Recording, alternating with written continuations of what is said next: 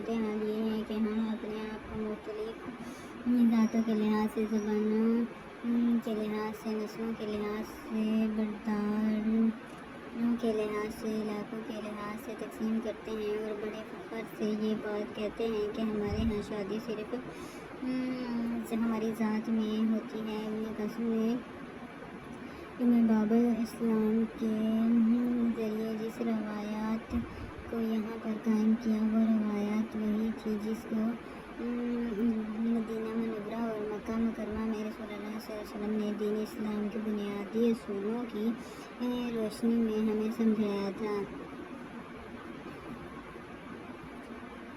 دین اسلام میں انقلابی طور پر سات خون اور معاشی جداداری کو ختم کرنے کے بعد مساوات انسانی کا درس دیا تھا۔ ابن قاسم کے دور میں کوئی تفریق نہ ذات کی بنیاد پر کی گئی، نہ زبان کی بنیاد پر کی گئی، نہ نسل کی بنیاد پر کی گئی، نہ پیسے کی بنیاد پر کی گئی، نہ تمام تفریقات کو دور کرتے ہوئے ایک ایسے معاشرے کی بنیاد رکھ دی گئی جو اسلام کے عالمگیر عادلانہ اصولوں کا نمایاں ہو۔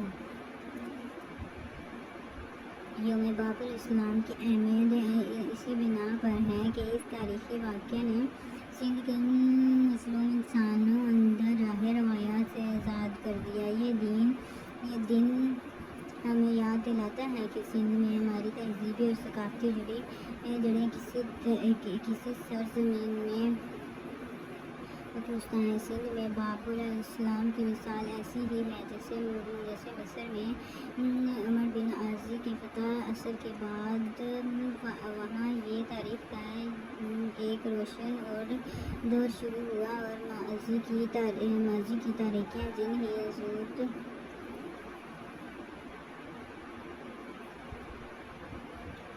مسلمان بنیادی کے تحت واقعہ کے بعد فرعون کی تہذیب سے اپنے آپ کو منقطع کیا اور اپنی تاریخ کا آغاز فتح مصر کے بعد وجود میں آنے والی اسلامی تہذیب سے کیا۔ ارحام مصر آج بھی قبل اسلام کی جاہلی تہذیب کی علامت ہے۔ جبکہ مسلمان مصر اپنا رشتہ افریقہ سے نہیں بلکہ عمر بن عاص کی لائی ہوئی اسلامی تہذیبی ثقافت سے جڑتے ہیں، جن ثقافت نشانی کی طرف اسلام موضوعات ہوتے ہیں۔ ورنہ ابو لہب کا مدرسہ ہے کہ نہ توت خانہ کی شوش لاش بلکہ وہ مساجد ہیں جو تاریخ کے حضور کے تعمیر ہوئے، جو کتب خانے پر مکتوب سے بھرے ہوئے ہیں، اور وہ تعمیرات جو اسلامی تہذیب کی نمائندہ ہیں، انہی کا نام اصلی تہذیب ہے۔ یہی صورت کی پہچان ہے۔ اہل فن آج بھی روایتی پیدائش کا اندازہ کا استعمال کرتے ہیں۔ کاغذوں پر بننے والے نقش قدیم مؤثر اثرات کی جگہ اسلامی ثقافت سے مبصر روایت کی نمائندگی کرتے ہیں۔ قرآن آیات اور ارشادات بھی کو کوئی روحانی اور خط مسائل میں تحریک کر کے دیکھنے والی تعریفی اصول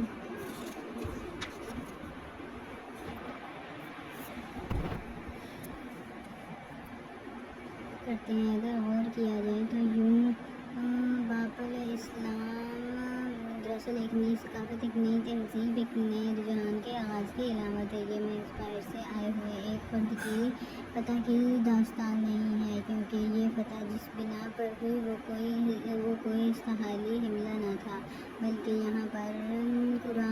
یہاں پر حقوق انسانی جس کو صدیوں سے پامال کیا گیا تھا، یہ ان کی بحالی کے لیے ایک جرأت مندانہ حرکات پسند انسانی اقدامات تھا۔ یہ ایک لغزش کا اقدام تھا جس کے ذریعے ان افراد کو نہ صرف جبری قدیم کر دیے گئے تھے، بلکہ ان افراد کو جن کے دل دماغ کو غلام بنا دیا گیا تھا اور جن پر انسانی اور پتھر کے بتوں کو بطور حکومت حاکم مسلط کر دیا گیا تھا۔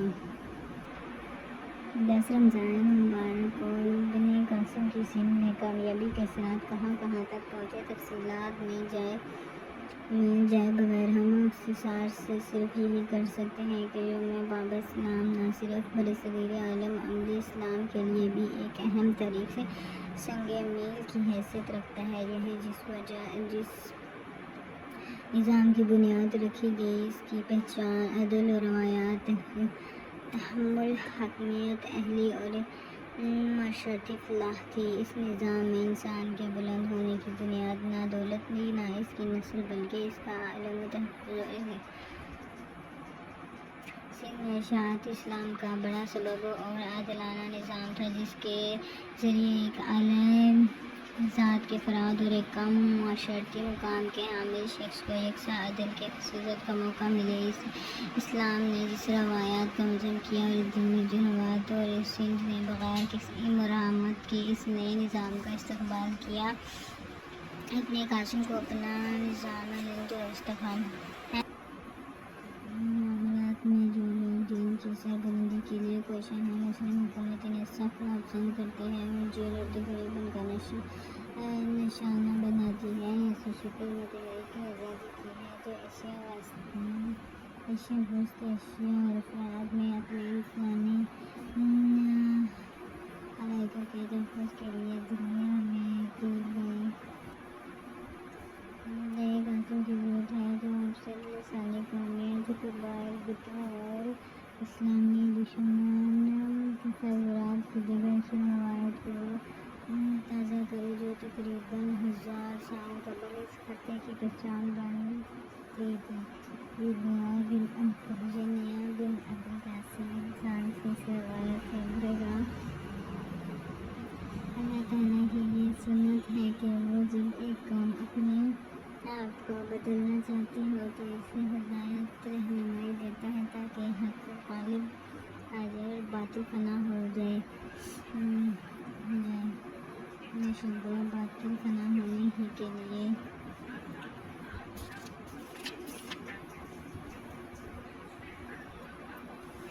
رمضان اور جشن پورا رمضان الکریم نے رمضان کو اپنا مہینہ کہا ہے، گویا پورے ایک ماہ تک اللہ سبحانہ و تعالیٰ کی طرف سے انسانیت کی ہدایت اور فلاح کے لیے نازل کیے جانے والے کلام عزیز سے اپنے تعلق کو، اپنی محبت کو، اپنی وابستگی کو تازہ کیا جائے اور یہ مہینہ جشن قرآن بن جائے۔ انسانی معاشروں میں جشن خصوصیات موقع پر بنائی ہوئی ہے۔ آزادی کسی ملک سے جو میں استحکام سے وابستہ ہوتا ہے، جس نے ولادت وہ لوگ مناتے ہیں جو اپنے یا کسی کی ولادت کو کسی مقامی عرصے سے وابستہ کرنے پر ایمان رکھتے ہیں، لیکن جس نے قرآن کا تعلق اس کے پیغام اور اس کی انقراض تعلیمات کے ذریعے تاریخی انسانیت میں ایک نئے دور کے آغاز سے ہے۔ یہ ایک پرقدر جشن ہے۔ اس کا آغاز یکم رمضان سے اور اختتام میں یکم جولائی کا ہوتا ہے اور پورے مہینے میں نہ صرف روزہ ادا بلکہ قوموں کی تاریخ میں ان کی وراثت اور ان کی روایات میں بعض ایسے اہم دن اور اوقات ہوتے ہیں جو نشان روا اور سنگ میل کی حیثیت رکھتے ہیں، جن پر اگر غور کیا جائے تو نہ صرف ماضی کے نقش و باز مستقبل کے اہداف بھی روشن ہو جاتے ہیں۔ یوم باب اسلام کی اہمیت نہ صرف برصغیر پاکستان کے بسنے والے افراد کے لیے بلکہ پوری دنیا کے مسلمانوں کے لیے غیر معمولی ہے۔ یہ دن اس لحاظ سے اہمیت رکھتا ہے کہ ابن قاسم کے قدموں کا اس خط میں اسلام کی دعوت کو لے کر آنا نہ صرف سندھ بلکہ صدیوں بعد دنیا کے نقشے پر اسلام کے نام پر ایک مملکت خداد اور اسلامی جمہوریہ پاکستان کے قیام کا پیش خیمہ ثابت ہوا۔ 10 رمضان المبارک 93 ہجری کو اول اور ہجری کے مقام پر راجہ دیرات کا شکست کھانا اور ابن قاسم کا خطامند ہونا ایک انفرادی عمل نہیں تھا بلکہ امت مسلمہ کی تاریخ میں ایک نئے باب کا آغاز تھا۔ ابن قاسم نے اس خطے میں اسلام کے جو بیج بوئے، اس سے آخرکار شجر طیبہ کی شکل میں ایک نئی مملکت کا اظہار ہوا۔ ابن قاسم نے سندھ سے ملتان اور بعض روایات میں کشمیر تک اسلامی دعوت کو پہنچایا۔ اس طرح شمالی سے آنے والے مسلم فرمانبردار اور زمین تہذیب و ثقافت شاہ ولی اللہ دہلوی جیسے کو ستاق الدین کا پیغام کیا دن کے زیادہ گارم شاہ عبدالعزیز اور عبدالحق محافظ دہلی کے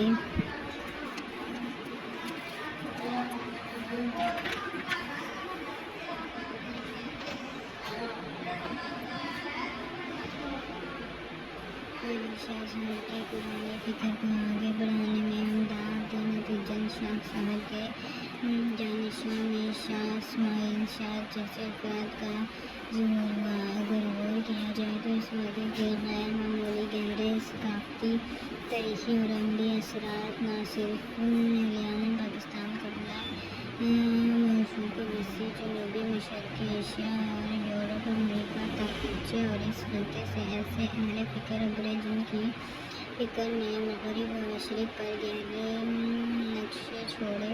دور جانے کی ضرورت نہیں، صرف 20ویں صدی میں خطے نے عالم اسلام اور دنیا کو علامہ اقبال، علامہ اردو اور دیگر علماء حضور حسین ندوی جیسی شخصیات دی۔ یہ واقعہ اس لحاظ سے بھی اہمیت رکھتا ہے کہ یہ اہم یاد دلاتا ہے کہ رمضان ہی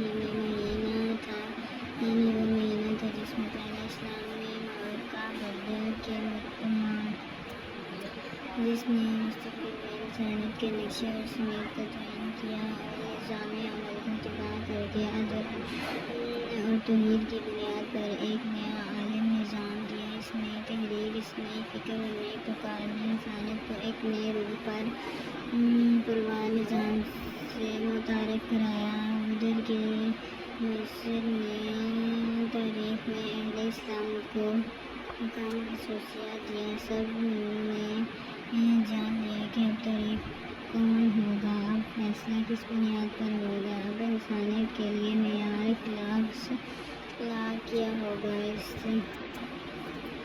مبارک مہینے میں 70,000 سے فتح مکہ ہوتی قدر بدولت منشورتا نے پوری دنیا کا نقشہ بدل کر رکھ دیا۔ بالکل ایسے ہی جیسے رمضان المبارک کی راجہ دہی کی شخصیت اور اسلام کی فتح نے برصغیر میں ایک نئے باب کا آغاز کیا۔ اس میں یوم باب اسلام ہمارے لیے غیر معمولی اہمیت رکھتا ہے۔ ابن قاسم مرادی نے انسانی حقوق کے تحفظ اور مذہبی افراد کو ریاستی نظم تشدد پایمالی خصوصی انسانیت میں نجات دلانے کی ایک عظیم خدمت کی۔ مغربی صدر اس اور بات پر فخر کرتے ہیں کہ 1948 میں اقوام متحدہ نے قرآن میں ایک متن جاری کیا جس میں انسان کے بنیادی حقوق کے تحفظ کی طرف متوجہ کیا گیا، لیکن اگر بلا کسی تحقیق کے دیکھا جائے تو یہ منشورہ دنیا کے ممالک کے لیے ایک اعلیٰ دستاویز فراہم کرتا ہے، لیکن حقوق کے تحفظ کی قانونی ضمانت نہیں دیتا، جبکہ اسلام نے جو انسانی حقوق قرآن و سنت میں دیے ہیں وہ تجویز و مشورے نہیں ہیں بلکہ قانونی زبان میں حق یا رائٹ کا مقام دیا ہے۔ بات یہ ہو رہی تھی کہ ابن قاسم کی سند امداد صرف انسانی حقائق کے تحفظ کے لیے ایک عملی اقدام تھا۔ اس غرض سے عراق کے مسلمان گورنر حجاج بن یوسف نے اپنے اسلام کو مسلمان اور بچوں کے حق کے تحفظ کے لیے سند بھیجوایا، جنہوں نے راجہ دہی کے حکم سے قیدی بنا لیا گیا تھا۔ یہ حقوق انسان کی بجائے ہے کہ انسانیت کے دور جدید میں پہلا اکثر اقدام تھا۔ ابن قاسم نے جو عالمی روایات زبانی وسائل کا قائم کی، اس میں صرف سطح پر اقوام متحدہ کے بشر انسانی حقوق میں تسلیم کیا گیا۔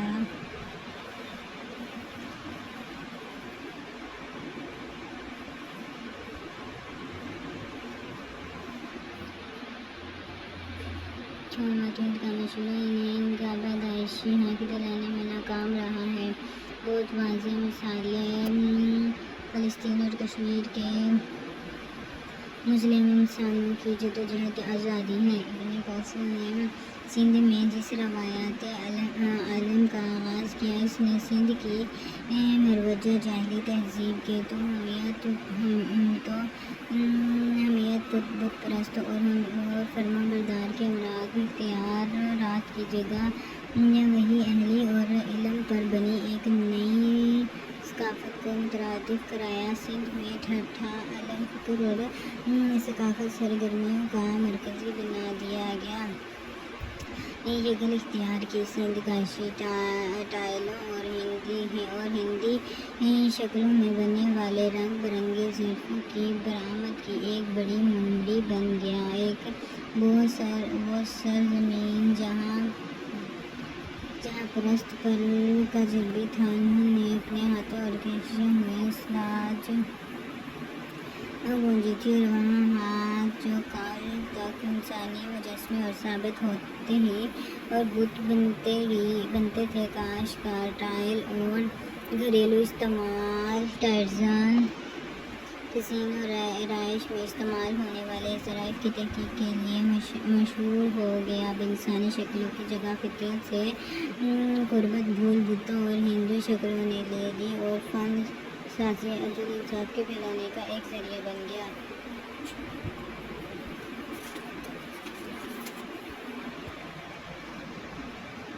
ابن قاسم نے یہاں آ کر حقائق انسانی کی بحالی کا ایک نیا باب تحصیل کیا، اور اس نے عادلانہ طرز حکومت کے نتیجے میں رضاکارانہ طور پر سندھ کے عوام نے اسلام قبول کیا اور دین کے علم و برادری بن کر عالمی روایت قائم کی، جو آج تک اس خطے کے اندر موجود ہے۔ سندھ میں قدیم کتب خانوں کا کثرت سے پایا جانا یہ ظاہر کرتا ہے کہ اسلامی ثقافت کے اس مرکز میں علوم سلوک میں تعلیم اور عملی ذوق کا معیار بہت بلند تھا۔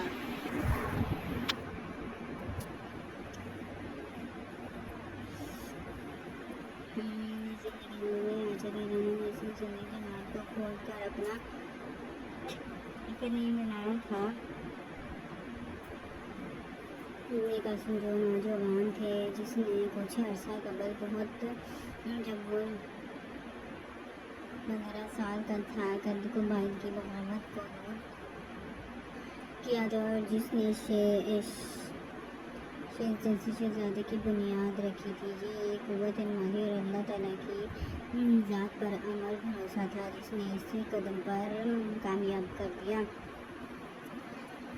کم عمری میں نہ صرف خطے میں اسلام کو پھیلانے کی کوشش کی، بلکہ ایسے نظام قائم کیا جس نے اس وقت کی آبادیوں کے حقائق انسانی دی گئی، جس کے ساتھ مذہب و روایت کا اظہار کیا گیا، اور انہیں پوری مذہب و ثقافت آزادی دی گئی، اور اپنے رسومات پر بغیر کسی دباؤ کے عمل پیرا رہ سکیں۔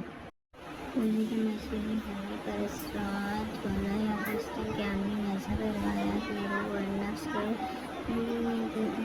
تذکیہ کا ایک اہم ذریعہ سمجھا جاتا ہے، جبکہ معاشی سرگرمیوں کو خلوصاً ایک عمل طور پر کیا جاتا ہے۔ اس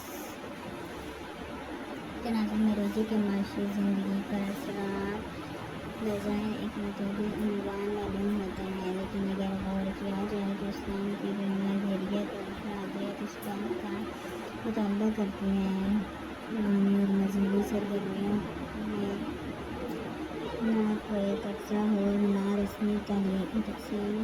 رمضان دراصل تذکرہ کا مہینہ اور مال کے تذکرہ کے بغیر اس ماہ کا